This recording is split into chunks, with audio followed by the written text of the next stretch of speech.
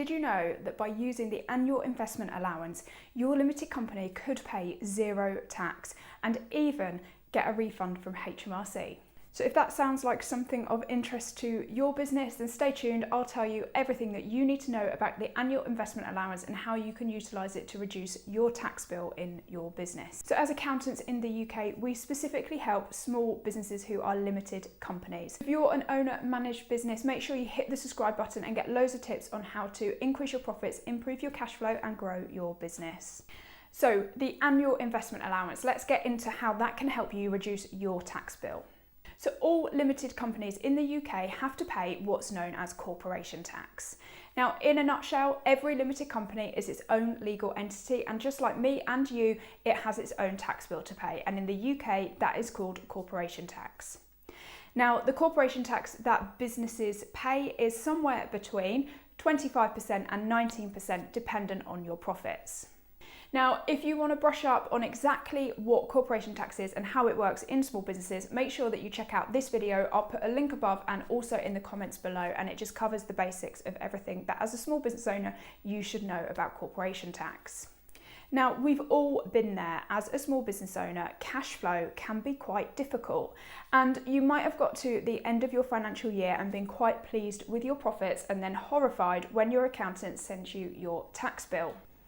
Because whilst you might have made good profits for that year, any spare cash that you've got is now set aside to pay your tax bill. And that means that you're not able to invest in growing your business as quickly as you would like to.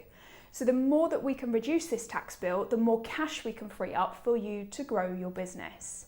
So what is the annual investment allowance? Well, the annual investment allowance allows businesses to get what's known as a full expensing on any investments that they make in capital allowances. And a capital allowance is something that is an asset that's intended to be used in your business on a long-term basis, normally more than 12 months. So when you're going and you're buying consumables such as, stationery, staplers, small office items, generally, these go through your profit and loss in the year that you buy them. But when you buy something more sizable that you intend to keep for more than 12 months, it's known as a fixed asset. And instead, in the UK, what happens typically on your tax bill is that you get what's known as tax depreciation. And whilst there are different rates and different allowances depending on the class of asset, excluding company cars, for most assets that a business would be buying, the main rate is 18%. So that means that you can write off 18% of the value of that asset every year and deduct that 18% from your company tax return until the asset goes down to zero. So in practice, that means that you will write off a small proportion of that asset for the next 6 years in your tax return. What the annual investment allowance allows you to do is deduct 100% of the cost of that investment in year one.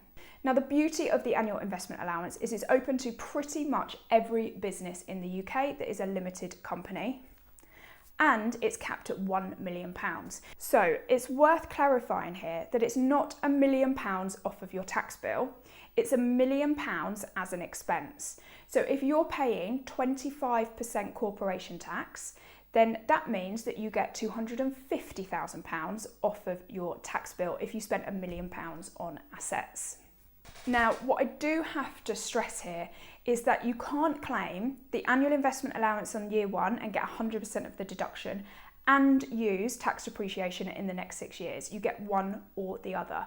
So you are not actually reducing the amount of tax that your company will pay over a total time period, but what you are doing is reducing the tax that you pay in year one, but it means that your tax bills in the following years are going to be slightly higher. So the annual investment allowance is actually really good for cash flow, but it doesn't reduce your tax bill overall. And this is where it gets really, really good. If the assets that you purchase exceeds your taxable profit, so say your taxable profit is £500,000 in a year, but you purchase £1 million worth of assets, well, you can actually backdate the difference to prior year tax returns that you've already submitted and already paid and get a tax refund from HMRC.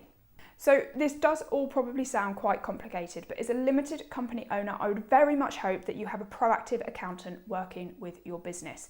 And that means that if you are considering growing your business, you should be involved with your accountant and that they should be supporting you with business plans to make sure that your ideas are profitable and also cash flow forecasting. So make sure that you're speaking to them about the annual investment allowance and you're planning the best time for you to make the purchase and that they are backdating any excess taxes and getting you a tax refund.